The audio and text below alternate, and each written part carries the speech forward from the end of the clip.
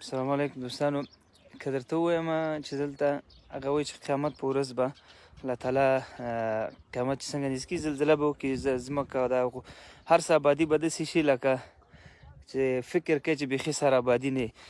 هغه صحنه د قیامت دلته تېره شوې ده. دغه ساحه کې تاسو وګورئ. دغه نام قریه چی هستن؟ کوشکک نام باندې قریه دلته هېڅ هم نشته. دا ځوان وینئ، دا لاسونه یې د سره دي، تاسو وینئ دا چون اطراف دلته داخل نیکریز دي که نه. ده چند ماه از روسیت میشه؟ یه ماه میشه عرضه کرده. 2 میاشتې کېږي چې دا واده کړی دی او مېرمن هم شهیده شوې، 2 خویندې شهید شوي، مادرش هم شهید شده. مادرتان شهید شد. دیگه کی هستن؟ دیگه کس نیست. اینا فقط 2 نفر زندمون.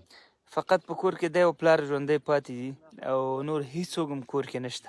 مې چې شته ضرورت لري، وای کاسه نه لرو، لوښي نه لرو، جامې نشته دي. کالایتان نیستن؟ کالا مالا همه رفته، هیچی نیست، کلا تخریب شده. هیچ هم نشته، نه خیمه شته، نه سرپناه شته. دا حل نه نو دا تاسو وینئ د کې به څه شي. وایي لوښي راوړئ چې موږ ته لوښي دلته ضرورت دی، مثلا کاسې او حتی ظرفونه ښیي که نه، ورسره خیمې، ورسره جامې، هیڅ شی هم دې خلکو ته نشته. دا خلک ډېر سخته کې دي.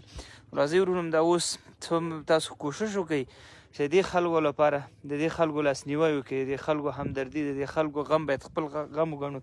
دا ځوان تاسو زه دا شکل ته وګورئ، قسم په الله چې انسان ورته فکر وکړي که نه، د بیخي اوښکه وینه پکې وچه شوې. که دلته تاسو راسئ دغه فکر وکړئ چې وحشت زده ځای شوی دی چې تاسو به سترګو کې اوښکې ټینګې نیسي. خدای نه هغه اوښکې نورې وچې دي.